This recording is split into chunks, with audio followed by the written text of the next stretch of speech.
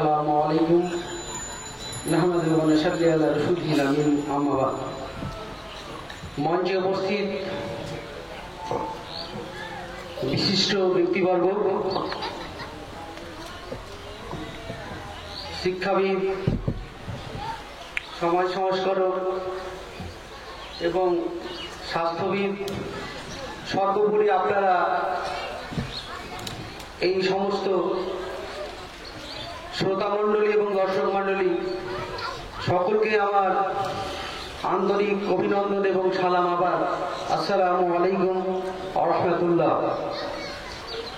অশেষ শুকরিয়া আল্লাহ তাআলা, তিনি এই দিনে গ্লোবাল পিস ফাউন্ডেশনের যে ক্ষুদ্র প্রচেষ্টা আর তারই আগে এই এত মহান ব্যক্তিত্ব আছে আমাদের বিভিন্নভাবে সমাজের দলিত মানুষদের কাছে এগিয়ে নিয়ে যাওয়ার জন্য যে আমাদের সুপরামর্শ দিয়েছেন, তার জন্য অশেষ ধন্যবাদ। আমি বক্তা নই, কিছু বলতে পারি, সময়ের অভাব, জায়গা আমি একটা ছোট্ট সঙ্গীত পরিবেশন করব। আমি খুবই গর্বিত এবং তাদেরকে পেয়ে আমার আনন্দে আত্মার আমার ভয়েসে আপনারা প্রকাশ পাচ্ছেন যে এতগুলো ব্যক্তিত্ব আছে, আমরা একত্রিত হয়ে যে সমাজ সংস্কারের এবং সমাজ স্থাপনে যে কাজ করে যাচ্ছে। যাই হোক, আমি সেই দিকে যাব না, আমি ছোট্ট নীতিমূলক একটা সঙ্গীত পরিবেশন করব। শিরিক করো না, বিদআত করো না, শিরিক করো না, বিদআত করো না, আল্লাহ ছাড়া কারো কাছে মাথা নত করো না, আল্লাহ ছাড়া কারো কাছে মাথা নত করো না, শিরিক করো না, বিদআত করো না, আল্লাহ ছাড়া কারো কাছে মাথা নত করো না, আল্লাহ ছাড়া কারো কাছে মাথা নত করো না। পীরের পূজা গৌরের পূজা ইসলামেতে নাই, পীরের পূজা গৌরের পূজা ইসলামেতে নাই, তবু মানুষ আল্লাহ ছাড়া মাথা যেন আয়, তবু মানুষ আল্লাহ ছাড়া মাথা যেন আয়। কোরআন মানো, হাদিস জানো, কোরআন মানো, হাদিস জানো, এছাড়া অন্য কিছু নয়।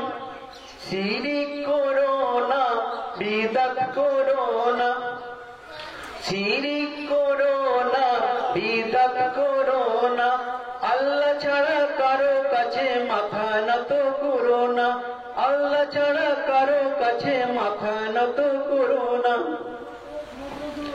এই তরিকা সেই তরিকা অভাব কিছু নাই, এই তরিকা সেই তরিকা অভাব কিছু নাই, রসুল ছাড়া আর তরিকা মুক্তির উপায় নাই, এই তরিকা সেই তরিকা অভাব কিছু নাই, রসুল ছাড়া আর তরিকা মুক্তির উপায় নাই। কোরআন মানো, হাদিস জানো, কোরআন মানো, হাদিস জানো, এর চেয়ে অধিক যেও না, এর চেয়ে অধিক যেও না। শিরিক করো না, বিদআত করো না, শিরিক করো না, বিদআত করো না, আল্লাহ ছাড়া কারো কাছে মাথা নত করো না, আল্লাহ ছাড়া কারো কাছে মাথা নত করো না, আল্লাহ ছাড়া কারো কাছে মাথা নত করো না। আসসালামু আলাইকুম। মাশাআল্লাহ, জাযাকাল্লাহু খাইরান। ভাই ফিরোজ সুলতান উনি আপনাদের সামনে বেশ কিছু নীতিমূলক কথা তার সুরেলা কণ্ঠে পেশ করলেন, তাকে ধন্যবাদ। ভারতের কৃতি সন্তান ডক্টর এপিজে আব্দুল কালাম বলেছেন, The dream is not that we see in our sleep. The dream is that let us not see. স্বপ্ন হচ্ছে সেটা যেটা আমরা, স্বপ্ন সেটা নয় যেটা আমরা ঘুমিয়ে ঘুমিয়ে দেখি, বরং স্বপ্ন সেটা যেটা আমাদের কখনো ঘুমোতেই দেয় না। আজকের এই প্রোগ্রাম এবং গ্লোবাল পিস ফাউন্ডেশন আমাদের কাছে একটা স্বপ্ন স্বরূপ। আমাদের দূর পথে পাড়ি দিতে হবে, আপনারা সবাই আমাদের সাথে থাকবেন। আজকে আমাদের অনুষ্ঠানের শেষ নিবেদন, শেষ বক্তা মাওলানা আব্দুল হাই সাহেব সোজাপুর থেকে আগত। ওনাকে আহ্বান করছি আমাদের এই অনুষ্ঠানে তার কিছু মনোবল আলোচনা করার জন্য।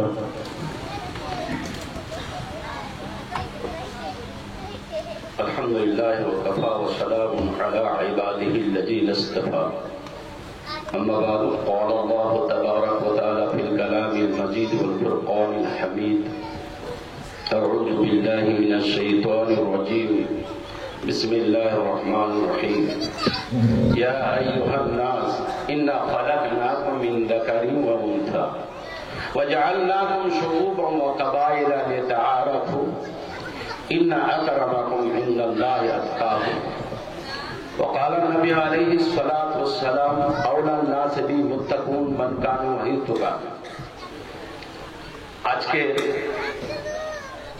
বিভিন্ন শ্রেণীর বিশেষ ব্যক্তিত্ব যারা আমন্ত্রণ পেয়ে আজকে উপস্থিত হয়েছেন,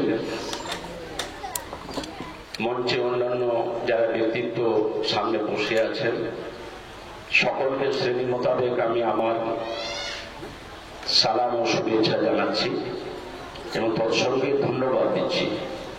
আরো বেশি আনন্দের সঙ্গে ধন্যবাদ দিচ্ছি যে আজকে গ্লোবাল পিস ফাউন্ডেশনের ফাউন্ডার বলা যায়, যে যৌবনে পদার্পণ করে এই এলাকার, এটা ব্যাকওয়ার্ড এলাকা বলা যায়, মনে কিছু নেবেন না, ইন্টার এরিয়া ব্যাকওয়ার্ড এলাকা, এই এলাকায় একটা আলোড়ন সৃষ্টি করেছে। আমি এই জন্যই তাকে আমার বক্তব্য শুরুতেই আন্তরিকভাবে দোয়া দিচ্ছি যে অদূর ভবিষ্যতে এই ফাউন্ডেশনটা যেন এই এলাকার মানুষকে এগিয়ে যাওয়ার কারণ হোক। এখন এর যা দেখলাম উদ্দেশ্যগুলো প্রায় 10টা লিপিবদ্ধ এবং 10টার মধ্যে 10,000ও ঢুকে আছে। সব কথা এই সময়ে বলা যায় না। আমার পূর্বে অনেক ব্যক্তিত্বরা বিভিন্ন জায়গায় তারা দায়িত্ব নিয়ে আছেন, তারা তাদের অভিজ্ঞতার প্রকাশ করে আমাদেরকে বুঝিয়ে নিয়েছেন। আমি শেষ সময়ে স্বল্প বুদ্ধি নিয়ে আপনাদের কাছে দুটো কথা বলে এর উন্নতি কামনা করে ইতি টানব। এখানে আমরা এমন একটা ধর্ম আল্লাহর পক্ষ থেকে পেয়েছি, যে ধর্মটা কখনোই অন্য কোনো জাতের প্রতি খারাপ নজর করতে বা ব্যবহার করতে সামান্য অবকাশ দেয়নি। আমাদেরকে প্রতিটি জায়গায় উদারতা শিক্ষা দিয়েছে এবং দেশপ্রেমটা, দেশে যে ভ্রাতৃত্ব বোধটা ইসলাম যত দিয়েছে কোন ধর্ম তত দিতে পারেনি। আপনাকে দু একটা এক্সাম্পল দিলে আপনি বুঝতে পারবেন। কোরআন পরিসংখ্যান দিয়েছে লাতাজাদান্না আসাদ্দান নাসি লিল্লাযিনা আমানুল ইয়াহুদা ওয়াল্লাযিনা আশরাকু। আমি ডিটেইলসে যাচ্ছি না। সারা পৃথিবীর মধ্যে মুসলমানের সবচেয়ে বড় শত্রু পাবে। কোরআনের কথা বলতে কোনো লজ্জাও নেই, কিন্তু কত উদারতার কথা এটা ভাববেন। সারা পৃথিবীর মধ্যে মুসলমানের সবচেয়ে বড় শত্রু হচ্ছে ইহুদিরা, তারপরে মুশরিকরা, তারপরেও সাহাবীদের আমল কি ছিল।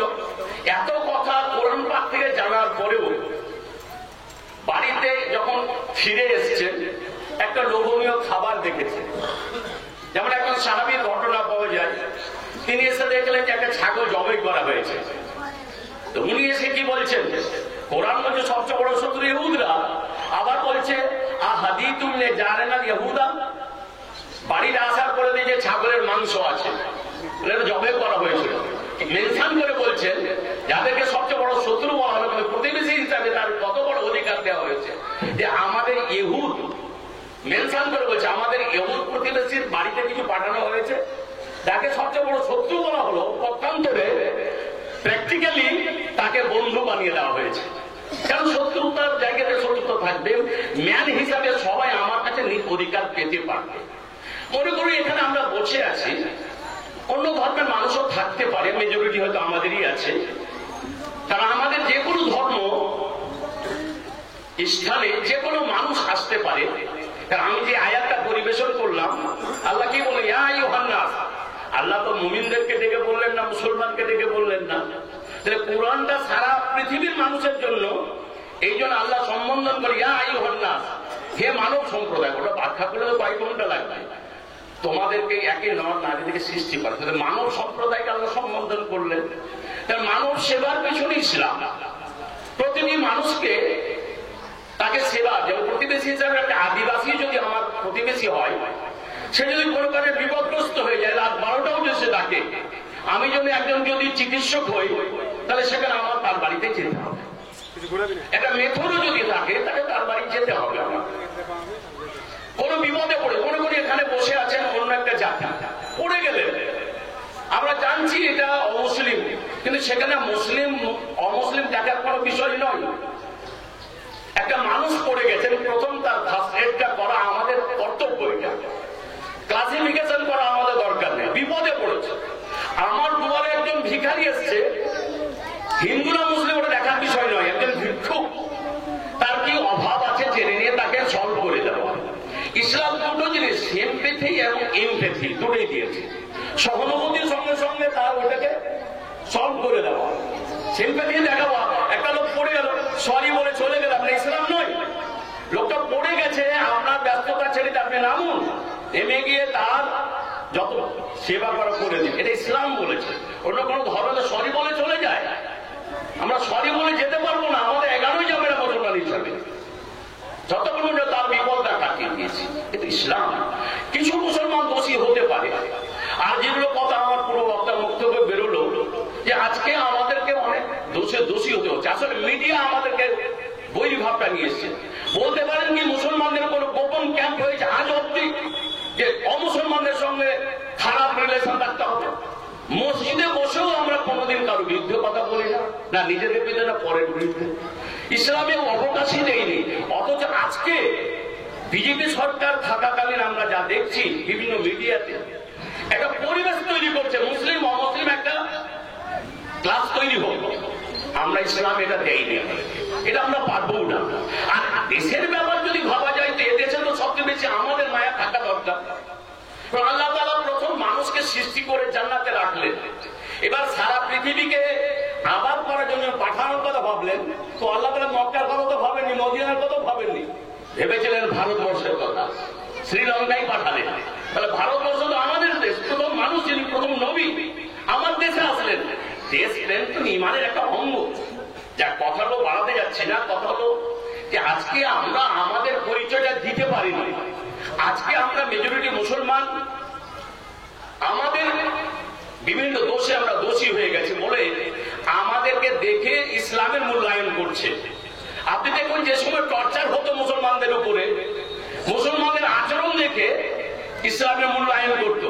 আর আজকে যত রাত জায়গাতে আমরা পৌঁছে গেছি, আমরা আমাদের প্ল্যাটফর্ম থেকে সরে গেছি, ফলে আমাদের দিকে দেখে মানে সন্ত্রাসী আমরা হয়ে যাবে, কোথাও ঝগড়া লাগে আমরা আগে আছি। যে ইসলাম বললো যে একটা ঝগড়ালে যদি লেগে যায়, সেখানে দৌড়িয়ে যে যায় সে আসতে গেলে ওটা ভালো, ওর থেকে যে বসে যায় সে ভালো, ওর থেকে যে শুয়ে যায় সে ভালো। যদি ইচ্ছা থাকে যেটা আমি ঝগড়াটা মিটিয়ে দেবো, এরকম মধ্যে সে যদি দৌড়িয়ে যান তাহলে ভালো। আর যদি বলি আমি মজাটা দেখবো করে দাঁড়িয়ে দাঁড়িয়ে, তাহলে ওটা তো ভালো নয়। যে ইসলাম এত ভালো কথাগুলো শিখিয়েছে, সে মুসলমানরা আজকে কেন ওই সকল জায়গা থেকে দাঁড়িয়ে যাবে? যে মদের কথা, যে দাবিজের কথা, বিভিন্ন বাজে কথাগুলো যে ইসলাম বলেছে, সতর্ক করেছে, কোন ধর্ম এত সতর্ক করেনি। অথচ মুসলমানরা ওই সকল দোষে দোষী। কাজে আজকে আমাদের দেখে মূল্যায়ন করছে বলে ইসলামকে স্পট দিচ্ছে। ইসলামকে স্পট দেওয়ার মতো কারো ক্ষমতা নেই। কথাটা বেড়ে যাবে। যাই হোক, এ দেশ আমাদের দেশ, এরকম সেবামূলক কাজে আমরা বিভিন্ন জায়গাতে যাই। আমরা চাই সমস্ত জাতির সেবা হোক। ভারতবর্ষ একটা দেশ যে বিভিন্ন জাতি দিয়ে গড়া দেশ। এই দেশে আমরা চাই শান্তি শৃঙ্খলার সঙ্গে চলতে। আপনি দেখুন অন্যান্য স্টেটে যেভাবে চলছে, আমি আজকে আমাদের বিশেষ ব্যক্তিত্ব এখানে আছেন। আমি কদিন আগে যাদের বলছিলাম, যে একজন বলছেন যে আপনি কি তৃণমূল করেন? না, তা নয়। পশ্চিমবাংলায় যেভাবে শান্তি শৃঙ্খলার সঙ্গে চালানোর চেষ্টা করছেন মমতা, এটা আমি বাস্তব কথা বললাম, আমি তৃণমূলের লোক নয়, এটা ভাববেন না। অন্য স্টেটে যেভাবে চলছে এখানে হতে দিচ্ছে না, ট্যাকেল করছেন। তো যাই হোক, আসলে আমরা ইসলামিক যদি আমাদের জ্ঞান এসে যায় তাহলে আমাদের দ্বারা কোনো রকম অপ্রীতিকর কাজ হবে না। এই জন্য প্রতিটি মানুষকে আজকে এই যে বিভিন্ন আইটেম আছে এগুলো কথা বলছি না, আমরা একটু অ্যাওয়ার করি, সচেতন করি। আমরা ছোট্ট ছোট্ট আলোচনা করে আমরা মুসলমানদেরকে একটু সজাগ করে দিই। দেখবেন আমরা যদি আমাদের জায়গায় এসে যাই, কোনো জাতি আমাদেরকে স্পট দিতে পারবে না। পরিশেষে আবার আমি গ্লোবাল পিস ফাউন্ডেশন, এখানে যেহেতু বলা হয় 5 মিনিটে, আমার আসলে 1 ঘন্টা 2 ঘন্টা কথা বলা অভ্যাস আছে, তো আমি ওই দিকে না গিয়ে আমি এই পিস ফাউন্ডেশনের সর্বাঙ্গীন মঙ্গল কামনা করছি। এবং আসিফ ইকবাল আহমদ এই যৌবনে পদার্পণ করার পরে এটা আর একটা সুন্দর চিন্তা ভাবনা, এই চিন্তা ভাবনার জন্য আরো বেশি আগে হোক, সকলের সহানুভূতি চেয়ে আজকের মতো আমি আমার ব্যক্তিগতভাবে যে কথাগুলো বললাম, হয়তো এতদিন শুনতে চাইছিলেন না, বলার কিন্তু অনেক আছে, কারণ ওই কথাগুলো একটা কথা যদি বলি অনেক কিছু এগিয়ে যাবে। এবার কথাটা আমাদের এত দরকার সজাগ করে দেওয়া, কথার মধ্যে মানুষকে অনেকটা চেতন করা যায়। অন্যদিন কথা হবে ইনশাআল্লাহ। আজকের মতো আমার ব্যক্তিগত ভুল ক্ষমা চেয়ে আবার এই পিস ফাউন্ডেশনের সর্বাঙ্গীন শুভ কামনা করে আপনাদের সকলকে আন্তরিক ধন্যবাদ দিয়ে আমি আমার বক্তব্য দিতে জানলাম। আসসালামু আলাইকুম। জাযাকাল্লাহু খাইরান। মাওলানা আব্দুল ভাই সাহেবকে উনি অত্যন্ত মনোজ্ঞ আলোচনা করেছেন, বলেছেন ইসলামের উদারতার কথা, বলেছেন ইসলামের সহিষ্ণুতার কথা। আমি সমাজ বিজ্ঞানী মোহাম্মদ সাল্লাল্লাহু আলাইহি সাল্লামের একটি কথা স্মরণ করতে চাই। তিনি বলছেন যে সেই ব্যক্তি প্রকৃত মুমিন নয়, সে ব্যক্তি কখন ইমানদার হতে পারে না যে নিজে পেট ভরে খায় অথচ তার প্রতিবেশী অভুক্ত অবস্থায় রাত্রি যাপন করে, দিন যাপন করে। তিনি কখনো বলেন যে তার প্রতিবেশীটি হতে হবে অবশ্যই মুসলিম, বা তিনি বলেন যে সেটা হতে হবে খ্রিস্টান কিংবা হিন্দু। তিনি বলেছেন তার প্রতিবেশী, হাউএভার হি মে বি। অতএব আমরা ইসলামের এক ছাত্র, আপনারা যারা আছেন তারা ইসলামকে মূল্যায়ন করার জন্য যারা মুসলিম নামের নামধারী মুসলিম তাদেরকে দেখে প্লিজ মূল্যায়ন করবেন না। ইসলাম কি, ইসলাম কত, তার মধ্যে কত টলারেন্স আছে, কত জেনারসিটি আছে, কত উদারতা আছে, সেটা জানতে গেলে আপনার অবশ্যই আল্লাহর কথা, কোরআন এবং নবীর কথা, হাদিস শরীফ অধ্যয়ন করুন, সেটাকে ফলো করুন, তাহলেই মূল্যায়ন করতে পারবেন ইসলাম সত্যিকারের কি, এবং সেটা মানব জাতির কাছে এক হিদায়া সওগাত স্বরূপ, আমাদের কাছে একটা উপহার স্বরূপ। আমরা আজকের এই গ্লোবাল পিস ফাউন্ডেশনের একদম অন্তিম পর্যায়ে অবস্থান করছি। আমাদের শেষ আমরা করব আমাদের গ্লোবাল পিস ফাউন্ডেশনের প্রেসিডেন্ট আসিফ আনোয়ার আহমেদ ভাইজানের মুখ থেকে মাত্র একটি কথা সমাপনী ভাষণ হিসেবে আমরা শুনে আমরা আমাদের এই আজকের এই প্রয়াসটা এখানে শেষ করবো ইনশাআল্লাহ।